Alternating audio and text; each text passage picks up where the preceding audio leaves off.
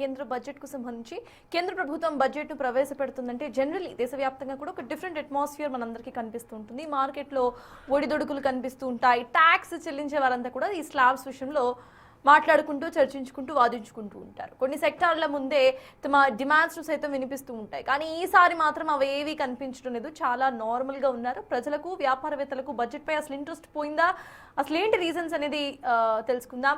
Sir, recent budget analysis చూసుకుంటే GST తగ్గింపు slabs కూడా చాలా ఊరట ఇచ్చారు. సో ఇమీడియట్ నెక్స్ట్ ఇయరే ఇటువంటి తగ్గింపులు ఉండవు అనే దిశగా ఇటు ఆలోచించి వీళ్ళెవరూ కూడా డిస్కస్ చేసుకోవట్లేదు అనుకోవాలా? బడ్జెట్కు సంబంధించి ఆ హైప్ లేకపోవడాన్ని ఎలా చూడాలి సార్? అంటే వాస్తవంగా ఈ పొలిటికల్గా చూసుకుంటే ఈ ఇయర్ కూడా సిగ్నిఫికెంట్ ఎలక్షన్స్ ఉన్నాయి. తమిళనాడు, కేరళ, వెస్ట్ బెంగాల్, అస్సాం. కోర్స్ ఈ ఎన్నికల్లో పుదుచ్చేరి కూడా ఉంది. ఇందులో అస్సాంలో మాత్రమే బీజేపీ అధికారంలో ఉంది.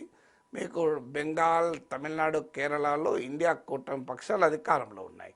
సో మీకు బీజేపీ ట్రెడిషనల్ స్ట్రాంగ్ హోల్డ్ అయిన నార్త్ అండ్ వెస్ట్ ఇండియాలో ఎన్నికలు లేవు. బట్ ఈ ఎన్నికలు కూడా కీలకమే, కానీ ఆ స్థాయిలో కీలకం కాదు. అదే యూపీ ఎన్నికలు, బీహార్ ఎన్నికలు ఉంటే వాతావరణం వేరే ఉండేది. అందువల్ల కానీ ఈ ఎన్నికలను కూడా బీజేపీ ఖచ్చితంగా ఉపయోగించుకోవాలని చూస్తుంది. మీరు నా అంచనా బడ్జెట్లో కేరళ, తమిళనాడు, బెంగాల్, అస్సాం రాష్ట్రాలకు ప్రత్యేక వడ్డింపులు కూడా ఉంటాయి. ఎందుకంటే పద్మ అవార్డుల్లోనే కేరళకు ప్రత్యేక వడ్డింపులు ఉన్నాయి, బడ్జెట్లో ఉండవా. కానీ మీరు అన్నట్లు ఆ బజ్ లేకపోవడానికి మొదటి కారణం ఏంటంటే సాధారణంగా పాలసీ ఇష్యూస్, రిఫార్మ్స్ ఇట్లాంటి వాటి కన్నా కూడా ట్యాక్సెస్ పైనే ప్రధానంగా జనం చర్చించుకుంటుంటారు. అందులో పర్సనల్ ఇన్కమ్ ట్యాక్స్ కీలకమైంది. సో పర్సనల్ ఇన్కమ్ ట్యాక్స్ చాలా ఏళ్ళ తర్వాత వెయిటింగ్ తర్వాత లాస్ట్ ఇయరే భారీ ఎత్తున ఇన్కమ్ ట్యాక్స్ రూల్లో చేంజెస్ తీసుకొచ్చారు. 12,75,000 వరకు కూడా మీకు ట్యాక్స్ ఉండదు. This is a very big relief. అంటే నెలకు ₹1,00,000 ఆదాయం ఉండే వారికి కూడా మీకు ట్యాక్స్ ఉంది. అంటే సుమారు 1,00,000 కోట్ల రిలీఫ్ ఇది. సో సాధారణంగా ఇంత భారీ మార్పు వచ్చిన తర్వాత మీకు పెద్దగా మార్పు ఇంకా ఇన్కమ్ ట్యాక్స్లో రిలీఫ్ ఇస్తారా అనేది అనుమానాస్పదమే. మ్యాక్సిమం అయితే ఓల్డ్ ట్యాక్స్ రెజిమ్ కంప్లీట్గా మూసేసి ఓన్లీ న్యూ ట్యాక్స్ రెజిమ్కి వెళ్ళవచ్చు. ఒకప్పుడు ఈ ఓల్డ్ ట్యాక్స్ రెజిమ్లో అయినా ఎగ్జంప్షన్స్ ఉండేవి. ఇంకా మీరు ఇట్లా సేవింగ్ చేస్తే ఇంత ఎగ్జంప్షను, మీరు ఇంకో అది చేస్తే అంత ఎగ్జంప్షను అని అనేది. ఇప్పుడు ఈ న్యూ ట్యాక్స్ రెజిమ్ వచ్చాక ఎగ్జంప్షన్సే లేవు, స్ట్రైట్ అవే ఇన్కము ట్యాక్సే. సో అందువల్ల మీకు ఎగ్జంప్షన్స్ లేవు కనుక క్యూరియాసిటీ ఏముంది?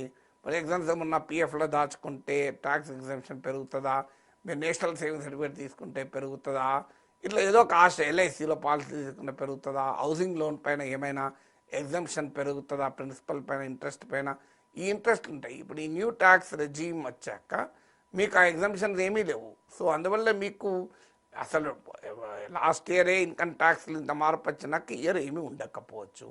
అందులో ఓల్డ్ ట్యాక్స్ రెజిమ్ దాదాపు క్లోజ్ అవుతుంది, న్యూ ట్యాక్స్ రెజిమ్కి షిఫ్ట్ అవుతున్నారు. బహుశా ఈ బడ్జెట్లో complete transition to new tax regime వెళ్తారేమో. అందువల్ల న్యూ ట్యాక్స్ రెజిమ్లో ఎగ్జంప్షన్స్ కూడా లేవు కనుక దేని కొరకు ప్రజలు ఎదురు చూడాలి. ఇక రెండవది మీకు ఇండైరెక్ట్ ట్యాక్సెస్.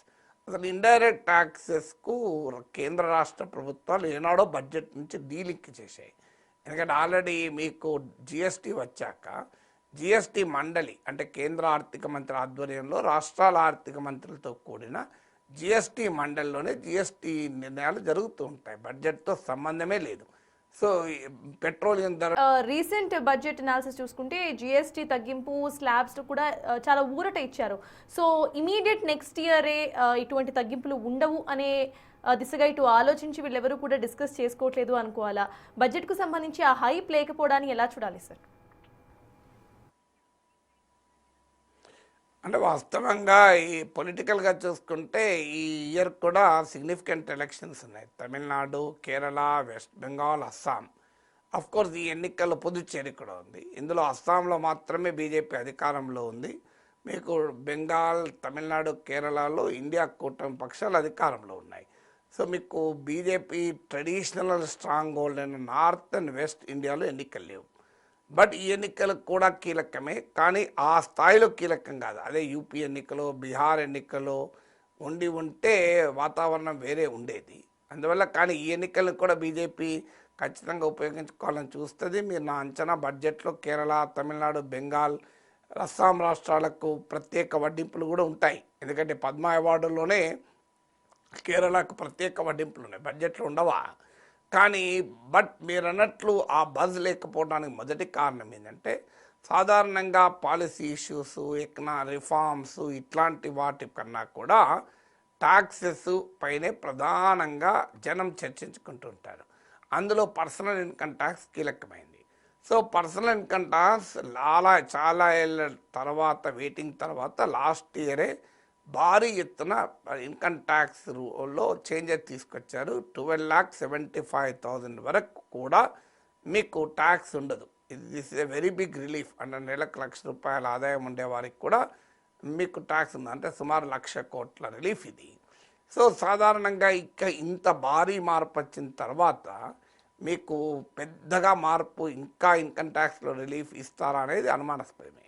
మ్యాక్సిమం అయితే ఓల్డ్ ట్యాక్స్ రెజిమ్ ఇక కంప్లీట్గా మూసేసి ఓన్లీ న్యూ ట్యాక్స్ రెజిమ్కి వెళ్ళవచ్చు. ఒకప్పుడు ఈ ఓల్డ్ ట్యాక్స్ రెజిమ్లో అయినా ఎగ్జంప్షన్స్ ఉండేవి. ఇంకా మీరు ఇట్లా సేవింగ్ చేస్తే ఇంత ఎగ్జంప్షను, మీరు ఇంకో అది చేస్తే అంత ఎగ్జంప్షను అని అనేది. ఇప్పుడు ఈ న్యూ ట్యాక్స్ రెజిమ్ వచ్చాక ఎగ్జంప్షన్సే లేవు, స్ట్రేట్ అవే ఇన్కమ్ ట్యాక్సే. సో అందువల్ల మీకు ఎగ్జంప్షన్స్ లేవు కనుక క్యూరియాసిటీ ఏముంది.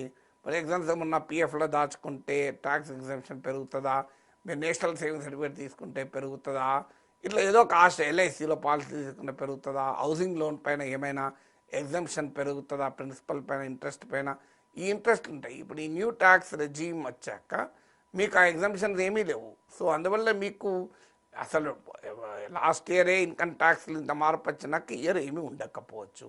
అందులో ఓల్డ్ ట్యాక్స్ రెజీమ్ దాదాపు క్లోజ్ అవుతుంది, న్యూ ట్యాక్స్ రెజీమ్కి షిఫ్ట్ అవుతున్నారు. బహుశా ఈ బడ్జెట్లో complete transition to new tax regime వెళ్తారేమో. అందువల్ల న్యూ ట్యాక్స్ రెజీమ్లో ఎగ్జంప్షన్స్ కూడా లేవు కనుక దేని కొరకు ప్రజలు ఎదురు చూడాలి. ఇక రెండవది మీకు ఇండైరెక్ట్ ట్యాక్సెస్. అసలు ఇండైరెక్ట్ ట్యాక్సెస్కు కేంద్ర రాష్ట్ర ప్రభుత్వాలు ఏనాడో బడ్జెట్ నుంచి డీలింక్ చేశాయి.